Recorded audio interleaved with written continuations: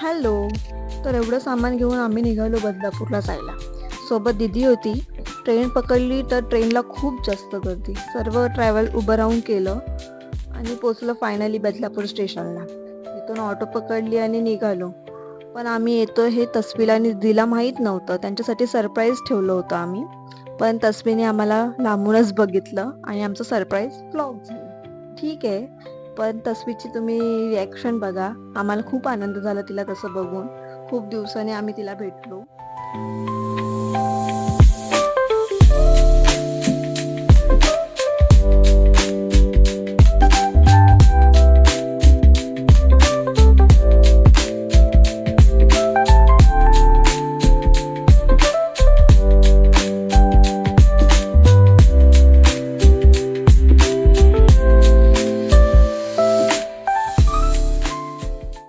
तर हा मी first time mini blog try केला, तर नक्की सांगा कसा वाटला.